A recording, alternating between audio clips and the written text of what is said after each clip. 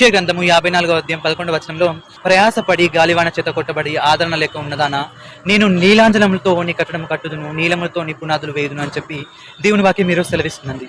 మనము ప్రస్తుతం ఉన్న ఏపీ తెలంగాణలో పరిస్థితి చూసినట్టయితే సైక్లోన్ ఫాన్ ప్రభావం వల్ల వాళ్ళ ఇల్లులు కూలిపోయాయి. వాళ్ళ ఇంట్లో యజమాని వాళ్ళు కోల్పోయారు, పిల్లలను కోల్పోయిన వారుగా ఉన్నారు.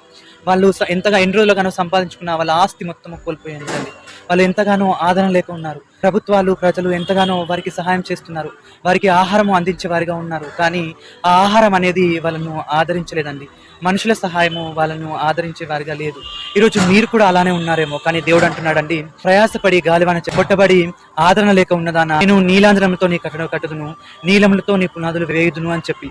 ఈరోజు ఆ తుఫాను ప్రభావం వల్ల మీరు ఎంతగానో మీ జీవితంలో మీ అనుకున్న వారిని, మీ ఆస్తులను, మీ ఇండ్లను కోల్పోయిన వారిగా ఉన్నారేమో, ఆదరణ లేక బాధపడుతున్నారేమో. కానీ దేవుడు అంటున్నాడండి, నువ్వేదైతే కోల్పోయావో దానికి రెండంతలు నేను మీకు దయచేస్తాను.